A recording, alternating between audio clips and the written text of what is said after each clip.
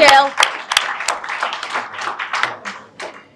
Hello everyone. For those that don't know us, Abbie's right arm, formerly known as Lauren. I'd like to start off by just saying how beautiful everyone looks today and how lovely it is to celebrate Abbie and Nathan alongside the people that love them the most. It's been a pleasure. But next time goes ahead. 2 years, really. Doesn't seem appropriate, but I go. But I'm grateful to stand here beside you both today, celebrating one of the most magical love stories of its time. In our years of friendship, we've made so many memories, starting off with a rather cold beach walk. Sarah thought we were going to fall off the cliff. Sarah, could you have not predicted the falls in gymnastics? That would have saved one there. But our friendship has always been built on spontaneity. At the time we drove to Barnsley for a crepe and sat on the floor like wrong'uns to eat it. Laughter and sharing extremely personal details with one another. I mean, how many hospital trips are we on now? Too many. But they'll always be my favourite, and I wouldn't change it for the world. I'm so thankful for everything that you do and for making us a part of your amazing family. Thank you, Sarah, Mark and Barry as well for taking us in. And for just being there, come rain or shine. I just couldn't imagine my life without you. Oh, hi, best friend. I need to thank you for accepting me into your life and putting up with our silliness. When we're together or we're on FaceTime, I know we're extremely hard work. You've made Abbie the happiest girl in the world. In the moment you got down on one knee on that bridge, I knew it wouldn't be long before I'd be roped into planning bridal showers and venue trips. Everything we love to see. I see your love for Abbie and the lengths that you go to make sure she's happy. And I couldn't be prouder to watch us both solidify your love today. Who'd have thought that back in the school days you just stood here today? I mean, I know Abbie did, because she's always said she was going to marry you, but you're here today as husband and wife. I'm so proud to have the privilege of being your maid of honour, Abbie, and to watch you come down that aisle today to Nathan, eyes full of love, ready to start the next chapter of your lives together. I couldn't have been more of a precious memory to have. And just on behalf of the bride and groom, I'd like to have a special mention and thanks to Leighton Bainbridge, the photographer for today. We've got Davey and Jodie, the videographers. Wisteria Avenue for all of the beautiful flower arrangements. Joanne, the wedding coordinator, and the whole team of Beamish. Chris, the magician, who we'll soon see, and you'll be entertaining us with all his tricks. Rebecca, the wedding singer, she's done an amazing job. And we've got to thank Lorraine Winder for the gorgeous cake. Now, if we could all raise a glass to a life of love, to a life of happiness, and a life of each other. We all love you. To the new Mr. and Mrs. Cole. Mr. and Mrs. Cole. Well done. Well done, Lauren. Well done, Lauren. Not easy.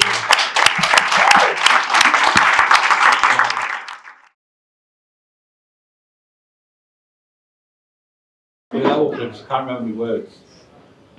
I will try and keep it short, partly because nobody wants a long speech, and partly because if I leave Alex on his own too long, he'll get up to mischief. That, ladies and gentlemen, is the real reason why I'm not sitting at the top table today. It's not emotional distance, it's just risk management. Now, before I go further, a quick warning: if I suddenly stop mid-speech, it's not because I've forgotten my lines, I will anyway. It's because I'm about to cry. Because I didn't think I'd cry this morning, I was in bloody tears from there. Never thought it would happen. I'm a soft touch these days. Blame age, blame sentiment, blame the price of bloody petrol. But if I pause, give it a moment and I will reboot. Nathan is my youngest child. My only boy, and he has 3 older sisters, as everybody knows. So yes, he is absolutely my favourite child. The girls know this, they've known this since he was born. In fact, they've spent years trying to knock that title out of him. Grew up with 3 sisters has taught Nathan some valuable life lessons. He's learned to negotiate like a UN diplomat. He's learned that can I borrow this actually means it's gone forever. And he learned that if 3 women are whispering in the kitchen, he should just pretend he didn't hear a thing. Honestly, the fact that he survived childhood at all is impressive. The fact that he turned out this lovely is a miracle. Nathan and Abbie have been together since secondary school, or as I like to call it, the courting years, because that makes them sound like they met in a Bronte novel. Who would have thought that two teenagers who started dating back then would still be together now, never mind getting married here today at Beamish Park Hotel. Abbie, you've been part of Nathan's life for so long that it already feels like you've been part of ours. But today, it's official. Welcome to my side of this dysfunctional family. We're loud, we're odd, we're emotional, and we're thrilled to have you. You fit in perfectly, which should probably worry you just a little bit. Today is all about the two of you. You met young, you grew together, and you kept choosing each other. That's rare, that's beautiful, and that's something worth celebrating. So Nathan and Abbie, may your life together be full of laughter, adventure, patience, and the kind of love that survives everything. Even three sisters. Even family gatherings. And even me crying halfway through a speech, which I didn't do, and I'm so happy with that. So ladies and gentlemen, raise your glasses to love, to loyalty, and to a lifetime of happiness, to the bride and groom, Nathan and Abbie. Bride and groom. Imagine Paul.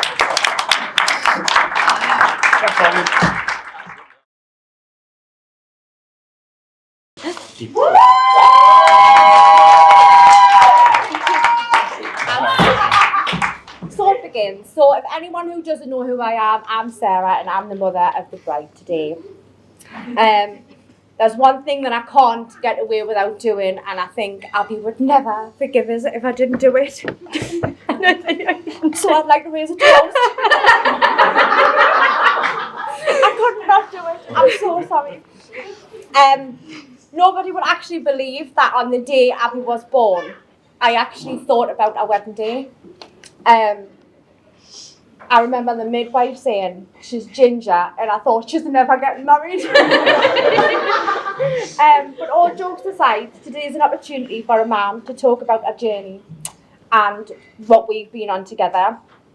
So to my firstborn, the one I raised, but also the one I grew up alongside, the one who got the tender version of me as a man, the one who had to stumble with me and my inexperiences and was sometimes my only pick-me-up, the one who showed me what unconditional love looked like.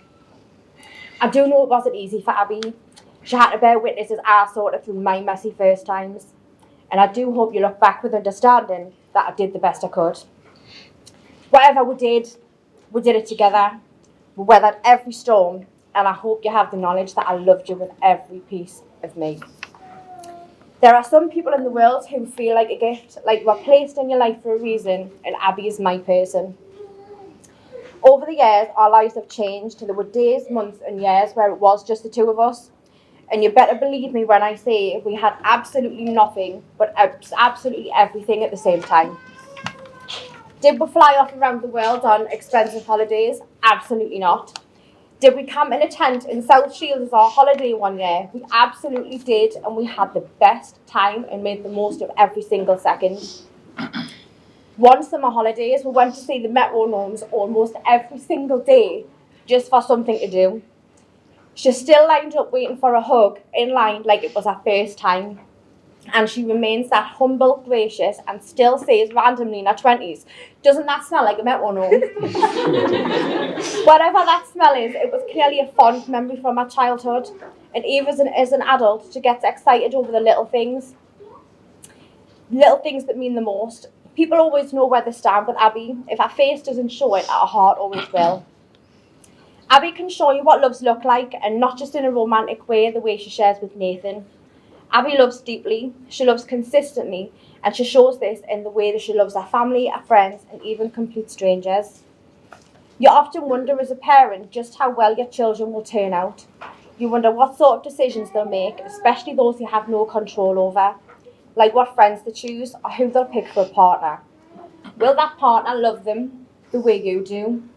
And will you approve? For what it's worth, I think you've made an excellent choice in Nathan. And this is where your married life begins. This is the part where I should be saying, Nathan, it's your turn. It's your turn to love her and protect her. But you'll always and forever have me at your side. As well as these two men beside me, The only difference is it applies to both of you now. So to both of you, my daughter and my son-in-law, always remember, if you're sad, come home. If you're hungry, we'll eat. If you ever need a hug, say the word and I'm here. And I mean that just as much tomorrow as I did yesterday. All that happened today is you've solidified your love, but for a while now, Nathan, you've been like family whether you like it or not. So for us being able to say you're happy and continue on in the next chapter, saying you do this is a privilege, but you'll never be alone. Nathan, you've got a tough challenge ahead of you. Abbie has 2 amazing role models in Mark and Barry. They've shown you the way a father and a husband should be. It's clear to me that the recipe for this is you always allow her to be wrapped around your finger. You never say no. And when she misplaces a bank card, give her yours. But in all seriousness, if you can take anything away from what the 3 of us have, it's always communicate, never stop talking, and find humour in everything you do. Never stop laughing, and never take things too seriously. Not every day is going to be a fairy tale, but you'll always have the 3 of us, whatever it is you need. So on this, your wedding day, I've got a little present. I'll let you open it.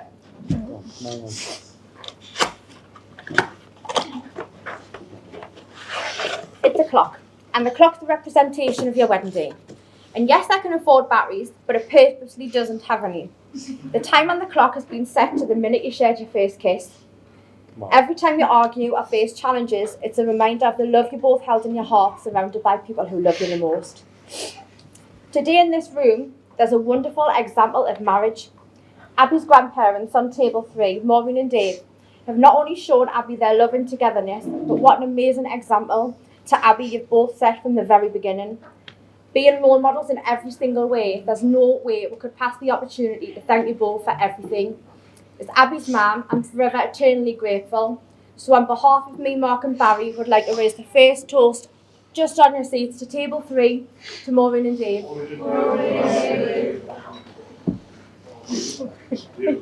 Now on to the final part. I promise I'm nearly done. To you, Abbie, you have been my reason, my saving grace, and my proudest achievement, as is Frank, obviously. But today is about you, my best friend, my ride or die, and my harshest critic. What a ride it's been. You deserve it all. The love, the attention, and the happy ever after. I'm excited to watch all your memories you still have to make. And here you are, standing in white, radiant and ready. It's beautiful how love feels. It's like letting go and holding on at the same time, because you're still that little girl who made me a parent. You told me how to love vastly. You've told me how it can be stretched, bent, but never broken. The one who's always shown up for me. We've lived, we've grown, and we've become who we are because of this. And now you've found someone to build your dreams with, someone to walk beside. You can walk beside you through all of your tomorrows, to hold your hand and to know he has your heart for the rest of your days. May you both continue to shine, not just as individuals, but now as man and wife. May you always be there for each other. May you always challenge each other. I love you both so much. Here's to a lifetime of laughter, growth and happiness, always holding space for each other. So on that note, can everyone please be upstanding? To my daughter and my son-in-law, we wish nothing but the best in everything you do. To Abbie and Nathan. Abbie and Nathan. How am I supposed to read?